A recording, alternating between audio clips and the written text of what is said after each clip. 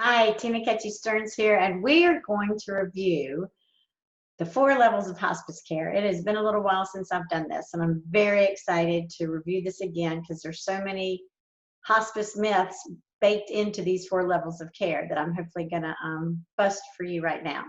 So a lot of people think hospice is a place where you go. A lot of people think it's only for the last week or two of life. But there are 4 levels of hospice care. The first, routine home care. You cannot be a hospice unless you provide care in the home. So you don't have to go anywhere. The hospice team will come to your home to take care of you. Second level of care is this thing called general inpatient. So let's say that a hospice has a hospice home. If a hospice does not have a hospice home, they have to contract with either a skilled nursing facility or a hospital. They have to be able to provide this level of care, this general inpatient level of care. And that's when that maybe we were caring for the loved one in their home, but something kind of gets out of control, maybe out of control vomiting or nausea or pain. It's just beyond what the family can handle. So they need to go to a higher level of care. They need to go to a 24/7 type situation to get those pain and symptoms managed so that hopefully they can be discharged back home again.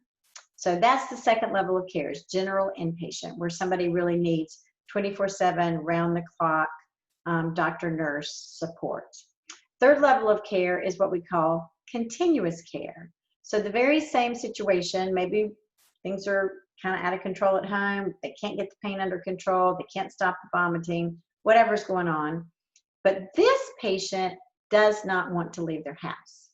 So continuous care allows the hospice nurse to come into the home and take care of that patient so they don't have to leave their house. So it's basically general inpatient brought to your home.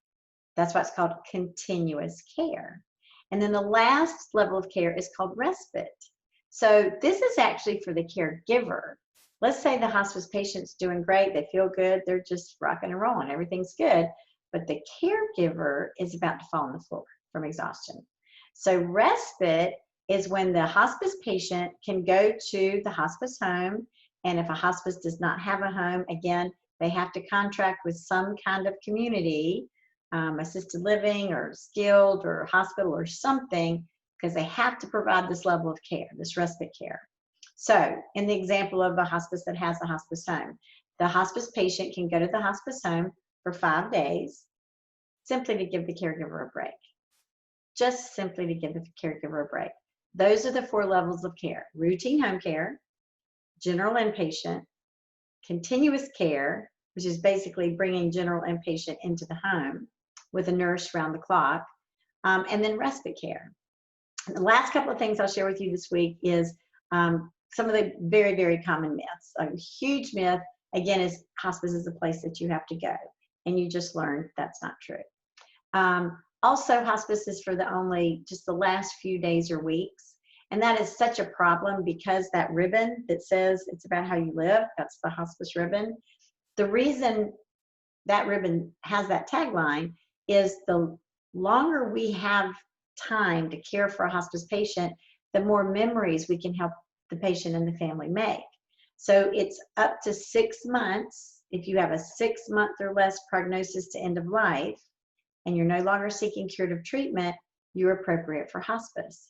So if we have somebody for months and months, we can get their pain under control, get their symptoms under control, and hopefully they can go to the beach or the mountains or visit New Orleans or just maybe sit in the backyard and chat with family. Whatever they want to do, we have time to help them make as many memories and have as many cherished moments as they possibly can.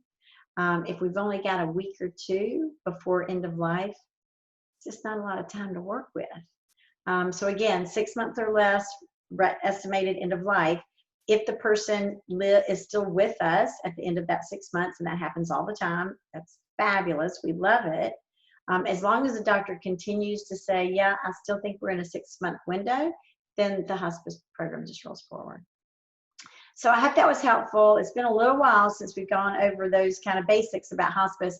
If you have any questions whatsoever, please reach out to me. It's abouthowyoullive.com is the website.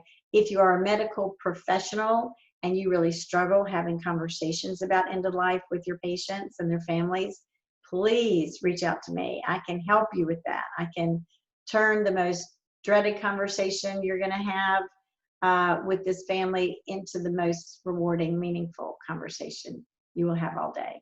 So please, doctors, PAs, nurse practitioners, providers that really struggle with those conversations, please, please let me help you.